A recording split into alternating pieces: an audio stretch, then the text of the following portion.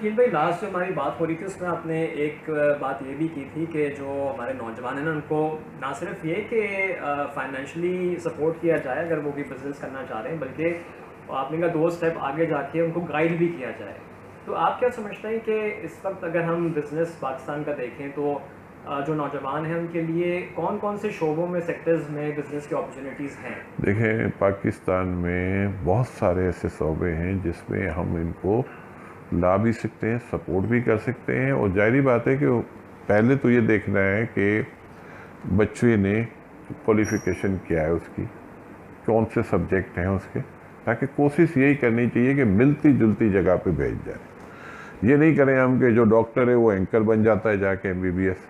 इस तरह के काम नहीं होने चाहिए। तो फोकस यही होना चाहिए कि अगर आईटी रिलेटेड का उसकी क्वालिफ़िकेशन है तो आईटी में ऐसे बहुत सारे प्रोजेक्ट हैं जिसमें हम एक टीम बना लें और वो उनको वेट करें कि उनके उस प्रोजेक्ट में कितनी जान है। तो ये सपोर्ट हमें देने की ज़रूरत है कि बच्चा अगर सोच रहा है तो उस सोच के साथ हम अपना उसको सपोर्ट करें। इसी तरह एजुकेशन में अगर वो समझता है कि ये एजुकेशन में बच्चा आगे जा सकता है, उसको उस फील्ड में लाएँ। अगर वो इंडस्ट्री में आना चाहता है, टेक्सटाइल इंडस्ट्री टाइप में उसके पास कोई प्रोजेक्ट है, उसमें उसको लाना चाहिए। बहुत सारे ऑयल एंड गैस है, इंजीनियरिंग में है तो बहुत सारे प्रोजेक्ट हैं। हर सब्जेक्ट की टीम होनी चाहिए जो उनको वेट करे। वेट करने के बाद उनकी जिम्मेदारी हो कि उसको पैसा रेस करके दे ताकि वो जो सोच रहा है अपना काम कर सके। ये नहीं है ज़रूरी कि वो कामयाब हो, लेकिन मेरा ये ख्याल है कि अगर वो कामयाब हो जाता है तो सिर्फ आप ये सोचें कि उसका बेनिफिट कितना बड़ा है। उसकी पूरी फैमिली ग्रो कर जाएगी। हो सकता है कि जिस तरीके से उसको सपोर्ट किया गया है उसके जहन में ये चीज़ निकलेगी नहीं, और उसका ये फोकस होगा कि अल्लाह ताला ने मुझे कामयाब किया है, मुझे लोगों ने सपोर्ट किया है कि यही काम मैं अपनी फैमिली के लिए करूं या अपने रिश्तेदारों के लिए करूं या किसी आम आवाम के लिए करूं। तो उसमें आपकी एक तो कामयाबी आ जाती है और दूसरी अच्छी सोच आ जाती है। अभी मैं देख रहा हूँ बहुत सारी ऐसी ऑर्गेनाइजेशन हैं जो बच्चे इंटरनी जाते हैं तो उनको बड़ा सपोर्ट करते हैं, और सपोर्ट करने के साथ साथ उनके इंटरव्यू के साथ उनको कहते हैं कि अगर आप ये करो तो आपके लिए ज़्यादा बेहतर है। तो मेरा ख्याल है कि पहले तो ये सिस्टम था नहीं, लेकिन दिन ब दिन ये डेवलप होता जा रहा है। मैं समझता हूँ उन बच्चों को एक जगह पे नहीं 10 जगह अप्लाई करना चाहिए।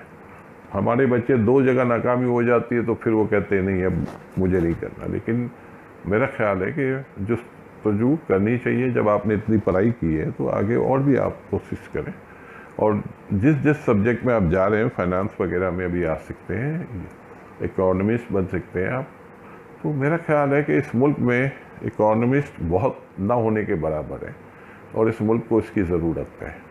तो मेरा ये ख्याल है कि एक ऐसा एरिया है जहाँ लोग बहुत ज़्यादा कामयाब हो सकते हैं। अच्छा, इस पर फिर आखिर में वही बात आती है, बहुत सारे नौजवान करने को चाहते हैं चीज़ें, लेकिन वसाइल की बात आती है। आपने काफ़ी उसमें डिटेल में बात की थी पिछली दफ़ा कि वसाइल कहाँ से आने चाहिए। जैसे जी। वसाइल जहाँ से आने चाहिए वो नहीं लाएंगे, ये वो देंगे भी नहीं किसी को, क्योंकि हमारे जो बिज़नेस कम्युनिटी है वो मुझे लग रहा है कि हमारा दीन ने हमें जो रास्ता बताया है ना, ये उस पर चलने को तैयार नहीं है। यूरोप अमेरिका में आप देखें बिलियंस ऑफ डॉलर बनाते हैं, आखिरी में उठा के सारा पैसा ट्रस्ट में दे देते हैं, अपने बच्चों को नहीं देते। लेकिन हमारे दीन ने ये नहीं, हमारे दीन ने ये कहा है कि आप अपनी औलाद को भी दें, लेकिन एक लिमिटेड उनको दें और बाकी जगहों पे भी आप काम करें। तो मेरा ये ख्याल है कि बल्कि कब मेरी आज ही कोई किसी से पता नहीं, अभी थोड़ी देर पहले हम आपस में बात कर रहे थे कि पहले स्कूल में बैग आते थे, बच्चों को पेंसिलें सारी गिफ्ट वगैरह देते थे, ठीक है ना, और बच्चों को बताते थे कि डिपॉजिट किस तरह, सेविंग कैसे करनी चाहिए। बच्चा बेचारा 20 रुपये लेके 10 रुपये लेके स्कूल आता है, वो मैक्सिमम 10 रुपये में से 2 रुपये सेविंग कर सकता है, लेकिन उसको ट्रेन किया जाता था। क्योंकि बैंक की एडवर्टाइजमेंट क्या होती थी, अगर स्पॉन्सर कहता है कि मेरा बैंक है, तो वो जो छोटा बच्चा है जिसके 2 रुपये डिपॉजिट है वो कहता है मेरा भी। अब आप उसको सोचें, अब वो चीज़ ख़त्म हो गई है। ये बैंक मालिकों का है, कोई नहीं कह सकता कि मेरा भी है, क्योंकि वहाँ किसी को एंटरटेन नहीं किया जाता। तो ये जो चीज़ है ये वापस रिवाइव करनी चाहिए, ये सिस्टम को रिवाइव होना चाहिए। ये हमारे बच्चे जब छोटे बच्चे हों तो स्कूलों में लोग जाएं, उनको सपोर्ट करें, उनको बताएं, ताकि उनके जहन में जब चीज़ डाल दोगे फिर वो निकलेगी नहीं। इधर तो टीवी खोलो, मार दिया, मर गया, पीट गया, लूट गया, और सारे लोग एक दूसरे को गालियाँ दे रहे होते हैं। तो बचपन से टीवी भी वो देखता है, कार्टून देखने के लिए लगाता है, तो थोड़ी देर हम टॉक शो में चले जाते हैं तो बच्चा उठ के चला तो नहीं जाता, वो भी देख रहा होता है, तो फिर उससे उसके जहन को हम ख़राब करते हैं। इसके लिए बहुत ज़रूरी है, ये मेरा ख्याल है पेमरा शेमरा की बड़ी ज़्यादा जिम्मेदारी है। सुना तो है कि कुछ वो काम कर रहे हैं, लेकिन बहुत ज़्यादा जिम्मेदार, बहुत सारे एरिया हैं, बहुत काम करने के। तो ये जो पैसे की और इन्वेस्टमेंट की तालीम है, जिसको फाइनेंशियल लिटरेसी कहते हैं, उसकी नॉलेज भी बहुत कम है। देखिए, इसीलिए मैं अक्सर एक बात करता हूँ कि आप कुछ भी कर ले, लेकिन आप एक इक्विटी मार्केट के मॉडल को अपने जहन में रखें, उसकी इन्वेस्टमेंट ज़रूर करें। मैं समझता हूँ जो हबीब बैंक के लोग जाते थे ना बच्चों को, ये इक्विटी मार्केट के ब्रोकरों को जाना चाहिए, क्योंकि यहाँ अगर आप कामयाब हो जाते हैं ना तो कोई एक फील्ड भी ऐसी नहीं है जिसमें अपना काम हो, क्योंकि ये इतनी वसी फील्ड है। और ये बैलेंस शीट जो पढ़ना अगर बंदा सीख लेता है ना, मैंने बड़े बड़े फाइनेंस के लोग देखे, लेकिन बाद लोगों को शुरू से आइडिया नहीं होता। लेकिन मेरा ये ख्याल है कि बच्चों को फोकस करना चाहिए इस फील्ड की तरफ, साल 2 साल इस फील्ड में ज़रूर लगाएं, और जो यहाँ से जाएगा वो ज़्यादा कामयाब होगा। अब वही है ना कि भाई चलें, ये तो आप दूसरे नौजवानों की बात कर रहे हैं, अब मैं उनकी बात कर रहा हूँ कि जो ऑलरेडी डॉक्टर बन गए हैं, जो इंजीनियर बन गए हैं, वो स्टील में काम कर रहे हैं, पैसा कमा रहे हैं, लेकिन उनका पैसा बैंक में पड़ा हुआ है, उनको नहीं पता कि जी कहाँ इन्वेस्टमेंट करें। हमारी स्टॉक मार्केट का आपको पता है कि ज़रा परसेप्शन भी अच्छा नहीं लोगों के जहन में। मैं आपको बताता हूँ, तो उनको तो समझ ही नहीं है कि मार्केट क्या है, तो उनको कौन बताएगा? उसको अवेयरनेस होनी चाहिए। लोग अब रिसर्च बनाते हैं, ठीक है ना, उनके लिए कोई मुश्किल नहीं है, ऑनलाइन हर चीज़ अवेलेबल है, ठीक है। और ये नहीं हो सकता कि अगर वो डॉक्टर बन गया तो बैलेंस शीट ना पढ़ सके, कोई ऐसी बात नहीं है। नहीं आती है, बहुत सारे लोगों को नहीं आता। नहीं, देखें, बहुत सिंपल है, बहुत सिंपल है, इसमें कोई साइंस नहीं है। इसमें तो नहीं है, लेकिन इसमें आप डॉक्टर बनने में जितनी आपने मेहनत की है ना, उससे 1% मेहनत कर लेंगे ना बैलेंस शीट देखने में, तो सब आपकी समझ में आ जाएगा। जो आपने दूसरी बात की थी ना कि यहाँ इमेज नहीं है हमारा, वो ठीक है, लेकिन क्यों नहीं है? ये वाहिद जगह है जहाँ कभी ना होने के बराबर डिफ़ॉल्ट रेट है। जितने पाकिस्तान के बैंकिंग में जितना बैड डेप्स हुआ है ना, पूरे पाकिस्तान की स्टॉक एक्सचेंज में जब से पाकिस्तान बनाया आज तक 5 अरब का डिफ़ॉल्ट नहीं हुआ, और वहाँ 500 नहीं 1500 अरब का हो चुका है। डिफॉल्ट तो अलग बात है कि भाई हमारे जो आम लोगों के जहनों में, जिनकी मैं बात कर रहा हूँ ना, कि जिनको मार्केट की नॉलेज नहीं है, जो इन्वेस्टमेंट नहीं करते, या कि तो वो तो अपने आप को देखते हैं कि हमने पैसा लगाया था, मार्केट क्रैश हो गई, हमने पैसा नहीं कर दिया, तो वो उससे उनका परसेप्शन फिर लोग आप ये देखो, आप जब स्टॉक एक्सचेंज में काम करते हैं, पहला लेसन यही दिया जाता है कि स्पेकुलेशन आप ना करें, ठीक है ना। अब आपको मानना है, अगर आपने स्पेकुलेशन की है तो आपको ब्लेम करने का हक नहीं है। दूसरा, आपको ये बताया जाता है कि प्राइस वगैरह ज़रूर चेक करें, वैल्यूएशन देखें, पी रेट्स देखें, दुनिया के मॉडल को देखें, लोकल को देखें, रेट ऑफ रिटर्न को देखें, ये सारी चीज़ें बताई जाती है। तो क्या आप ये सारी चीज़ें देख के नुकसान कर सकते हैं? मैं आपको बता दूं, पाकिस्तान में आप जितना डिपॉजिट करते हैं उसका रेट ऑफ रिटर्न और इक्विटी का जो रेट ऑफ रिटर्न है, मेरा ये ख्याल है कि 3 गुना से ज़्यादा है। हम अगर 50 साल पे चले जाएं, 3 टाइम से ज़्यादा है। तो आप मुझे बताएं कि यहाँ कैसे लोगों को नुकसान हो सकता है?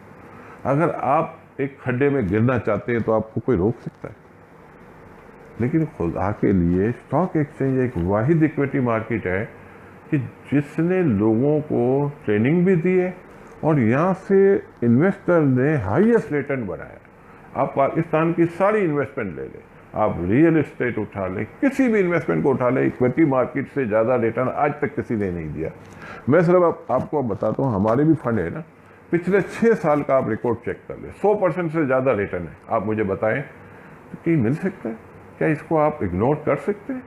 इतनी बड़ी, डॉक्टर के पास टाइम होता है, इंजीनियर के पास टाइम होता है, ये लोग आम आदमी से जल्दी सीख जाएंगे, लेकिन इनको स्टडी करनी चाहिए, इनको पता होना चाहिए कि पाकिस्तान की पीआईबी के क्या रेट हैं, इनको पता होना चाहिए कि हमारे इक्विटी मार्केट में क्या होता है, हमारे रेट ऑफ रिटर्न क्या है। इनको क्यों नहीं पता होना चाहिए? इनको ये सारी बातें पता होनी चाहिए। टाइम की जो आपने बात की थी भाई, इस पर मैं सिर्फ ये कहूँगा कि टाइम, अगर जो लोग टाइम का बहाना बनाते हैं, मैं भी समझता हूँ कि टाइम का बहाना जो है ना गलत बहाना होता है, और टाइम जो है अगर जो शख्स किसी भी चीज़ के लिए निकालना चाहे तो वो निकाल सकता है। देखें, अब तो रिसर्च में इतनी बड़ी बड़ी टीमें, अकील AKD की रिसर्च है, आरिफ हबीब की है, फाउंडेशन की है, अल-फलाह वालों की है। कौन है जो रिसर्च नहीं बनाता? पहले 20 साल 25 साल पहले हमारे यहाँ 2 रिसर्च हाउस होते थे या 4 होते थे, अब तो हर हाउस रिसर्च प्रोवाइड करता है।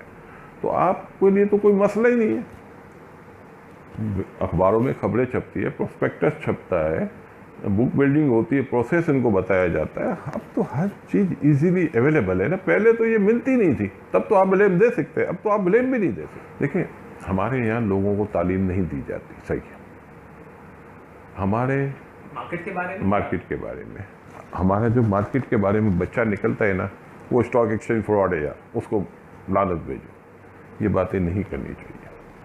मुझे याद है, मैं एक दफ़ा IBA में गया था, बहुत सारे बच्चों ने मुझे सवाल किया कि इतनी मार्केट बढ़ गई है तो अब तो ये बहुत ज़्यादा गिरेगी। मैंने कहा क्यों गिरेगी? बोला मार्केट बढ़ी हुई है। मैंने कहा कैसे बढ़ी हुई है? बोला इंडेक्स हो गया है कोई 10,000। तो मैंने कहा ये मुझे बताओ, आज इंडेक्स 10,000 है, आप कहते हो मार्केट बढ़ गई है, मैं कहता हूँ मार्केट गिरी हुई है। तो उसने कहा वो कैसे? मैंने कहा 1984 में इंडेक्स क्या था? मैंने कहा क्या था? मैंने कहा 1600 1500। तो 1984 में मार्केट सस्ती थी या आज? वो ये कहता है आज तो बहुत महंगी, वो तो सस्ती थी। मैंने कहा कैसे? बोला इंडेक्स 1500 था, आज 10,000 हो गया। मैंने कहा ये गलत फहमी। मैं कहा 1984 में मार्केट का पी रेट 22% था, 22 पी पे मार्केट ट्रेड कर रही थी, आज मार्केट 7 पी पे ट्रेड कर रही है। तो वो कैसे? तो बोला इंडेक्स तो नहीं बताता। मैंने कहा यही गलत फहमी है आपकी। अल्लाह ताला ने आपको IBA में भेजा, इतने बड़े इदारे में आपने तालीम हासिल, तो ये आप घर बैठ के क्यों नहीं निकालते?